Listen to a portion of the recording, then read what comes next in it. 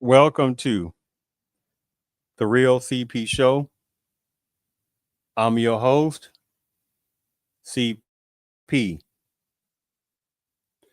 And today's topic, marijuana reclassification, question mark, to benefit others more, insulting to American blacks overall. Now, let me relay this initially part. I'm not relaying, be it good, be it bad, or in between. I am just relaying that others are benefiting off the possible reclassification of marijuana, right? And the question or questions that collectively will not overall be asked or relayed over collectively is what or how or why not this possible reclassification was not done back in those 80s when numbers of American black men and women, the ones who were utilizing this, but especially numbers of American black males, the ones that were being removed, like they were going out of style, like they were being collected like cattle and removed and put in locked facilities for utilizing a little bit of the marijuana or that Mary Jane or the weed or pot, what do you want to call it, right? We're getting removed from families, breaking families left and right, just for doing a little bit of that little cannabis. And I'm talking about the ones that were not harming no one, that weren't doing nothing, but just utilizing it as, relaxation purposes or anything like that. But now, since others now are utilizing a little bit more, right, and the benefit, especially monetarily, now you have more people saying, wait a minute now for a second. We may need to have this looked at, a reclassification, right? And how does that sound?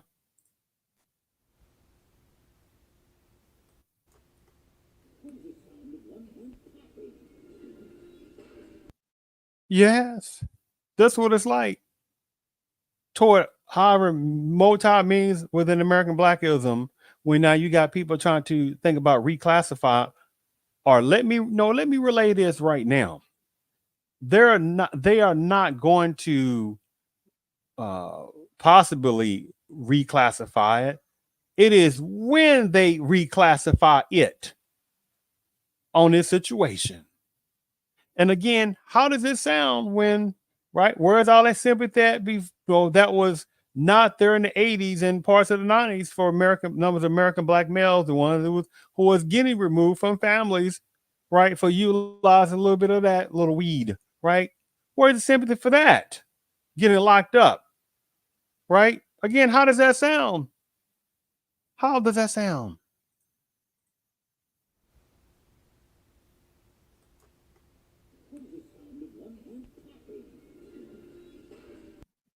Yes, that's what it's like. It's an insult. Super slap in the face. Let me read an article about this part of it. How they was talking about how within the U.S. there is a proposal to ease restrictions on marijuana.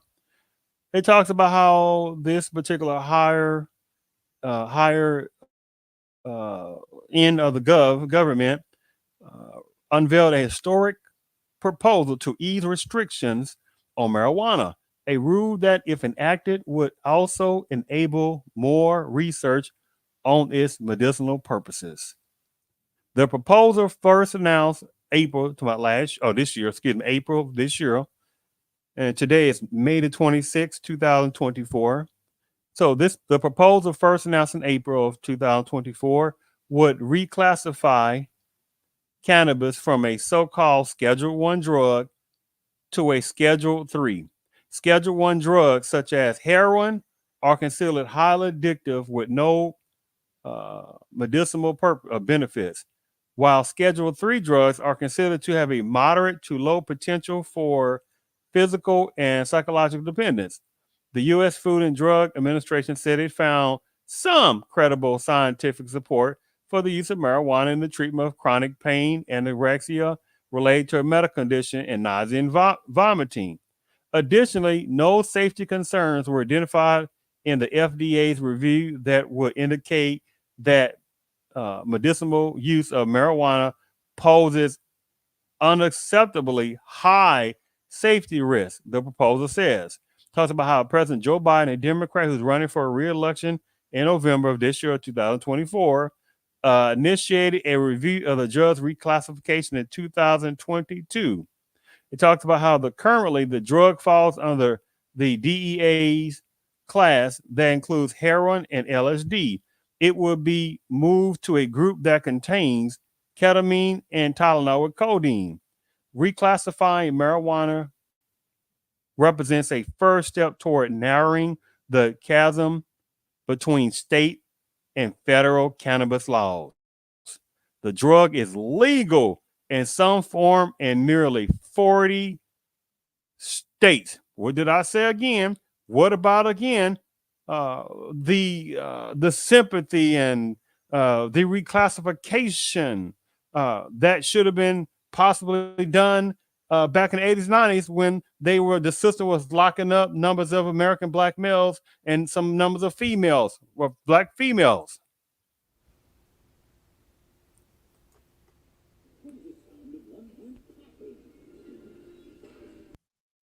Insult, right?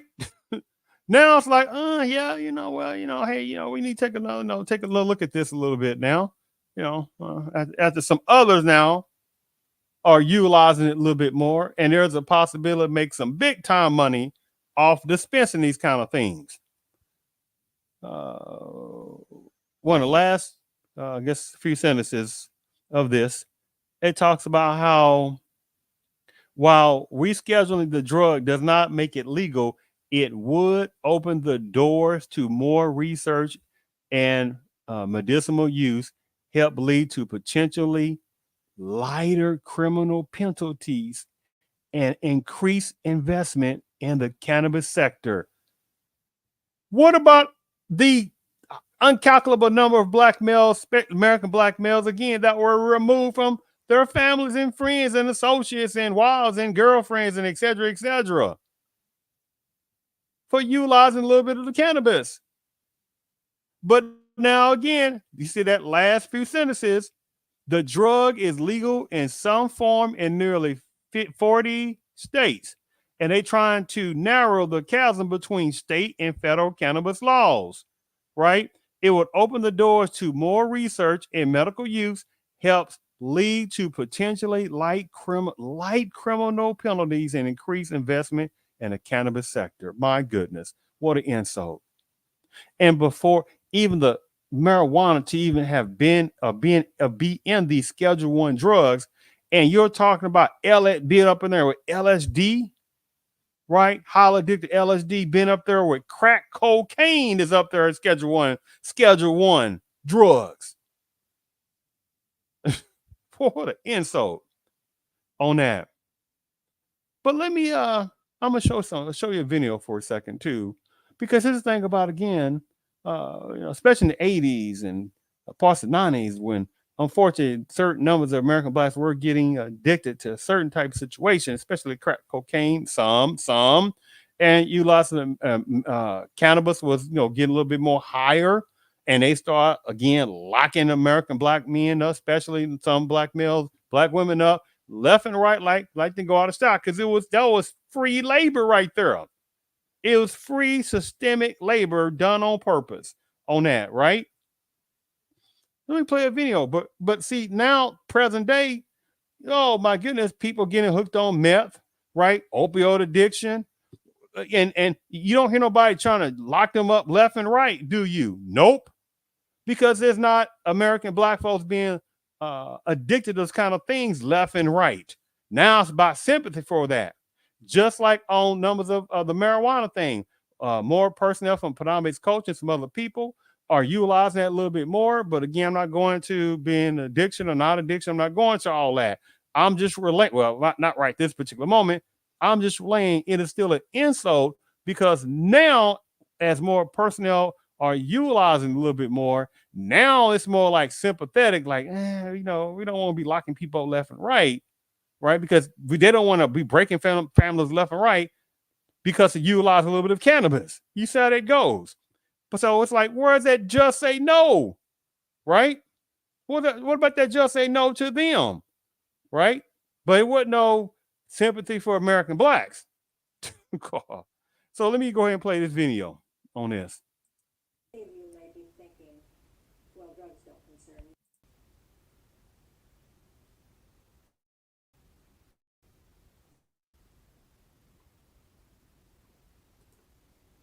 Many of you may be thinking, well, drugs don't concern me, but it does concern you.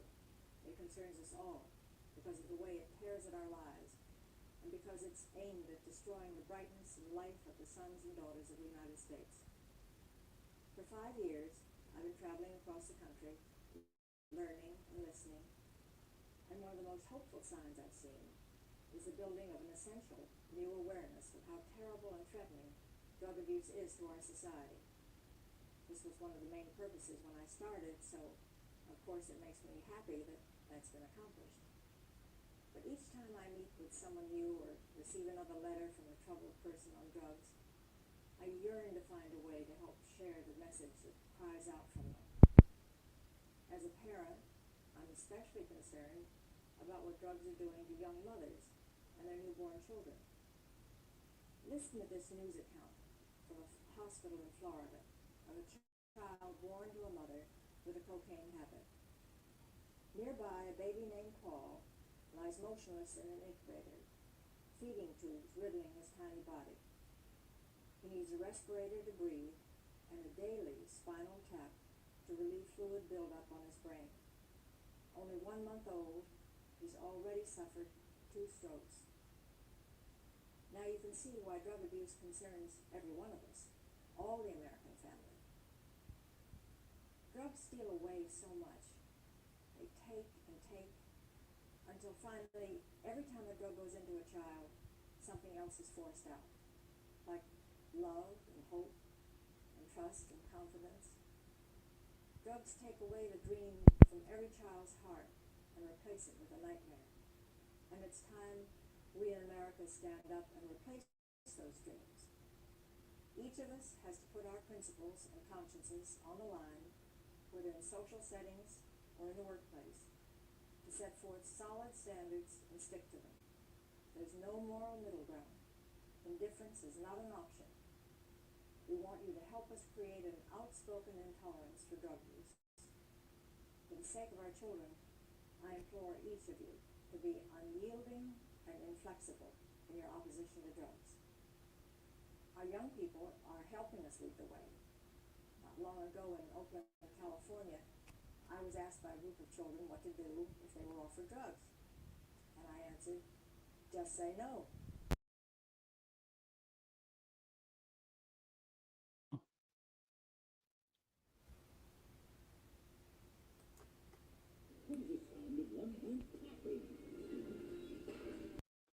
Again, that's what it's like in the faces of millions of American blacks that have had family members and friends and loved ones that have been locked up behind a utilization a little bit of marijuana, and even present day, even within the last few years, how many numbers of American black men have been locked up, and some American black women have been locked up for utilizing a little bit of weed, right? How many locked up, one time and let out for a little bit, and then the recidivism, or it's like, look, man, they enjoy smoke a little bit. Oh, don't get it confused, people. And there are some other people from however other cultures and alternative lifestyle categories that be smoking that weed too. So don't get the shit confused. I'm just relaying. But well, in the '80s, there weren't that damn many number of personnel from Africa, by the way, from the Caribbean islands. There weren't that damn many people from the '80s. There weren't that many people from different other countries like that. People, some of the ones that's over here, they will have minuscule numbers. So we wouldn't even like that. There are numbers, which is a whole different topic in itself about that little tactic. But I'm just relaying how the insultingness, right? Again, not the sympatheticness. And you hear on the last, and you hear what that was Nancy Reagan. President Ronald Reagan's wife. The Just Say No PSA that was prevalent back in those 80s, right? And you hear the voice, hey man, hey, we can't have no sympathy, basically. Just say no to drugs. But at the same time, at the beginning of that message, what did she sit there and say? Oh, I'm concerned about, young mothers and the effects of the child. Where's the just say no for them? Right? Nope. But it was American blacks that were getting removed from families and friends and associates and wives and girlfriends and etc. Oh well, that's on them. Well, they should have held, just didn't do it. You see how that goes? It's hypocrisy. I'm gonna play one last particular video also relating to this as well. With heroin, LSD, and ecstasy.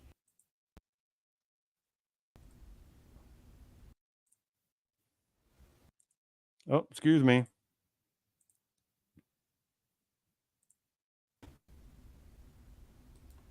Well, in what would be a major shift in the U.S. drug policy, marijuana is one step closer to being classified as a less dangerous drug. The Justice Department unveiling the proposal Thursday still needs to be approved, but as Rebecca Casper reports, it comes as President Biden tries to reconnect with younger voters. Far too many lives have been upended because of failed approach to marijuana, and I'm committed to righting those wrongs. That's the promise from President Biden as his Justice Department officially moves to reclassify marijuana as a less dangerous drug. This is monumental. Currently, marijuana is a Schedule I drug, along with heroin, LSD, and ecstasy. Drugs the government says have no accepted medical use and high potential for abuse. If the DOJ's proposal is approved, marijuana would become a Schedule III drug, alongside ketamine, some steroids, and other substances with moderate to low risk of addiction. No one should be in jail for using or possessing marijuana. The move is likely to be a popular one among younger voters, a key group Biden is losing ground with. A recent Fox News poll shows his approval with voters under 30 has dwindled to 49%. But some Democrats think they'll come around. They're not going anywhere. If you think they're going to sit on the sideline and not vote, you're wrong. It's now up to the DEA to make the final decision on marijuana's classification, but it's unlikely they'll shoot down the proposal given the president's support. But not all law enforcement is on board. I tragically lost a son, 11-month-old granddaughter, and a daughter-in-law to somebody who was driving under the influence of alcohol and marijuana. I think any drugs that alter somebody's mental state or can put somebody else's life at risk should not be tolerated. The proposal would not make marijuana legal, but Fox News polling shows 69% of registered voters would support such a move. In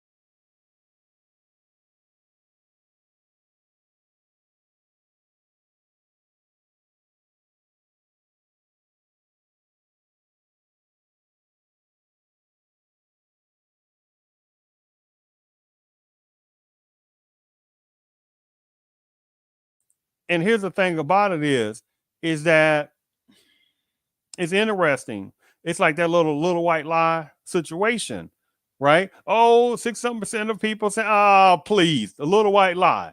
Who they talking about? Predominant-based culture, numbers of people? Who they talking about numbers of American blacks? Of course not. Predominant. Who they talking about some numbers of Asians? Who they talking about some numbers of Hispanics? Who are they talking about? Little white lie stuff situation. But again, it still boils down to where's the sympathy at? Or should I say it's the sympatheticness, right? Like you got numbers of people from predominant-based culture ones getting hooked on meth left and right.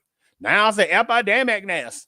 But when numbers of American blacks, We'll just sit there, utilize a little bit of marijuana, right? Oh, back in the 80s and 90s, about the ones that would utilize this at that particular time frame. And how many, again, were being removed from families and friends and against loved ones, etc., right? For a little bit of weed, right? And I'm not talking about trying to harm nobody, just smoking it for a little bit of medicinal purposes, however, just get it removed. But with no sympathy, then it was like, just say no to drugs. What an insult. Now, again, one of the last things I will relay this. Now, don't get it confused. Now, there are certain things that people are not talking about, even though medicinal research, that's a damn game.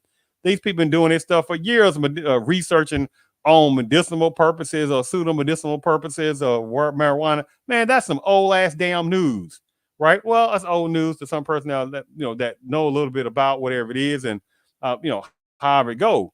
But I'm talking about as far as the information related to old news.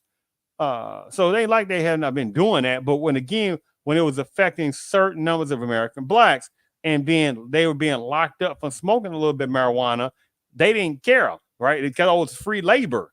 But now again, since it's affecting certain numbers of more personnel from certain predominant culture personnel and some other people, oh, hold on for a second. We gotta watch that because we can't be locking them up, right? And plus, hey man, it's some big money, right? It's some big money and stuff like that to be made, not by numbers of American blacks, by some other people first. It's like it's a slap in the face, numbers of American blacks. Because if American blacks were the primary person who's going to benefit off these dispensaries, then they'd be like, oh, no, we can't do that. Now, in closing, I'm going to read this because, again, there are some things now. Let me make this very clear in this because I want to make sure. There are situations and when things start being possible reclassified in this situation, I'm telling you, supremacists can also be behind this, right? It's like, again, you make the problem or you create the problem, continues the problem, and then you try to pretend to create solution. You don't, and you get people, anyway, on certain type of prescription, should we say, and then that masks the problem, and then you make all kind of money. Right? See how that goes. I make this point. It talks about this particular article talking about myths, and current research. Second only to alcohol, cannabis is the most popular and widely used drug in the United States, according to the National Survey on Drug Use and Health. 95 million Americans aged 12 and older have tried pot, parentheses, marijuana, at least once. By 2001, the proportion of under 18 users had increased by 67% since the 1960s. Researchers attribute this to the significant increase of pro-drug messages in multimedia venues. Students of all ages have access to the internet where they can easily find websites that promote cannabis use, kits for beating drug tests, and can advertise and sell cannabis and some other things. Meanwhile, the prevalence of higher potency cannabis, which is measured by the levels of THC, is increasing. It's that particular part that you have to watch out for. This is the part of supremacy. My observation, how supremacists, when they start getting their hands on it, it's a whole different level. It talks about how, according to the Office of National Drug Control Policy, cannabis is much more powerful, and so are the mind-altering effects associated with use. Average THC levels rose less than 1% in the mid 1970s to more than 6% in 2002. Right? And he talks about how no cannabis is the same. Dealers can mix cannabis with other substances, right? From oregano to being laced with PCP, which means you can't rely on what you're getting. But some dispensaries who are doing that now will say a little bit different. But regardless on that, they talk about, is cannabis addictive? Is cannabis harmful? Is cannabis worse than alcohol? The myth: cannabis is not addictive. They talk about how addressing this myth that the first time someone uses the marijuana, they don't usually experience the negative things that they have been told as a youth. This many times leads one to doubt the harmful effects and continue to use the drug. The most popular myth to explore is whether cannabis is addictive. For years, it was believed that cannabis could not be addictive, and many people today still hold that belief to be true. Current research supports that cannabis is both physically addictive and psychologically addictive. Cannabis meets the criteria established by the American Psychiatric Association and the Diagnostic and Statistical Manual of Mental Disorders, the DSM 4, for substance dependence. A person needs three of the following criteria occurring at any time in the same 12-month period to meet the diagnosis of dependency. I'm not going to read the whole thing. One of the first criteria is tolerance, right? Needing more of the substance to achieve the same effects. Two, withdrawal symptoms with cannabis use. This can be experienced as irritability, restlessness, loss of appetite, trouble with sleeping, weight loss, shaking hands, loss of motivation.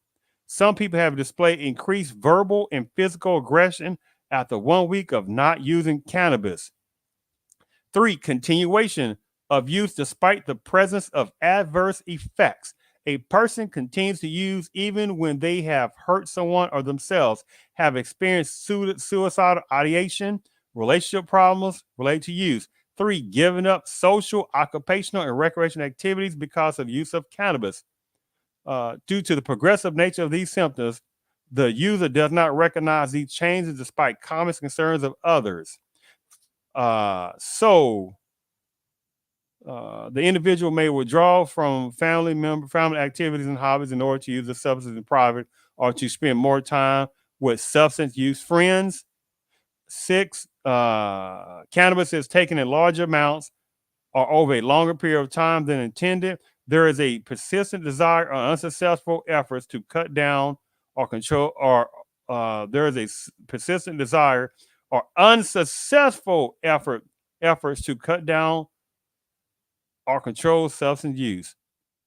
Again, they talking about some of the symptoms of cannabis withdrawal. The THC from just one joint takes 7 days to get out of the body and 42 days if someone is a daily user. Withdrawal starts 3 weeks after someone's last dose. Some of the symptoms: psychologically, nausea, perspiration, sweating, tremors, weight loss, decreased appetite, increased body temperature, anxiety, behavior situation, restlessness, agitation, loss of motivation, sleep, insomnia, disrupted sleep. More like this. According to 2002 study by the U.S. Department of Health and Human Services, cannabis use has been shown to be 3 times more likely to lead to dependence among adolescents than among adults. Talks about how these particular JC, I am not going to say that the last, I don't know how you pronounce that, and JF Epstein, 1999, indicates that the early adolescents start using cannabis. 1999 indicates that the earlier adolescents starts using cannabis, the more likely they are to become dependent on this or other illicit drugs later in life. This does not mean cannabis is a gateway drug, but early use can be one of the numerous factors that influence future use.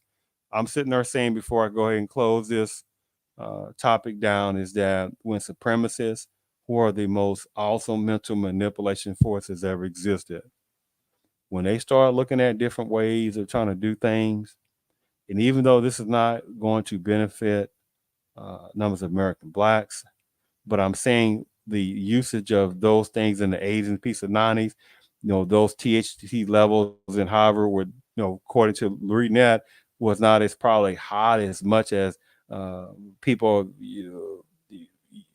using these things a little bit more levels. I'm sitting there observing how again when supremacy gets involved in this, and if it's reclassification and more even more people use this, and I've already read you a little bit earlier when I was uh, relayed that how they was talking about how cannabis meets the criteria established by the American Psychiatric Association and Diagnostic Statistical Manual of Mental Disorders, DSM 4 for substance dependence. I'm telling you, and this was obviously not well, yes, beyond logical. Um, 80s, parts of 90s was way before the year 2000 something. And so now, how many people will probably end up getting addicted to this for cannabis from the higher levels of the THC and etc., which then supremacist creates the problem. And then all of a sudden, what happens? Oh, here's another prescription to try to help out. Here's a prescription to try to help out with this dependence. Or here's this other prescription or prescriptions to try to help out with that type of dependence on cannabis. You see how that goes? So, however the situation goes in the situation, I'm just relaying. It still was an insult. It still is an insult relaying to the numbers of American blacks that were being locked up in those pieces of 80s and parts of those 90s, right? Because like I showed you that video, one of the videos earlier of Nancy Reagan, just say no. But now, right, just like the meth epidemic, and however cocaine still rearing this old the white head, et cetera, et cetera. Whereas the just say no to drugs, where's all that now? When even more people now are being affected from within predominant culture and some other people, now it's like, oh, it's an addiction problem. Oh my goodness, we got to help out now. You see how the insultingness of that is. It's an insultingness because then it's like locking black folks out that was using the some parts of cannabis back in the 80s and 90s. Now it's like with that part, oh, we got to look at certain things of reclassification because so we don't want those heavy sentences just in case the people are that opens up the cannabis industry for more money. You see how that goes. It's a brilliant tactic. It's a brilliant tactic, but at the same time, it's a very deadly white tactic because again, how many people will probably get addicted to the higher levels of cannabis in some kind of way? And where's the will, there's a way, and certain things with that. And then the prescriptions of different ways of trying to uh, uh, uh, help with the addiction that the supremacists created with a brilliant tactic. I thank you for tuning in to the real CP show.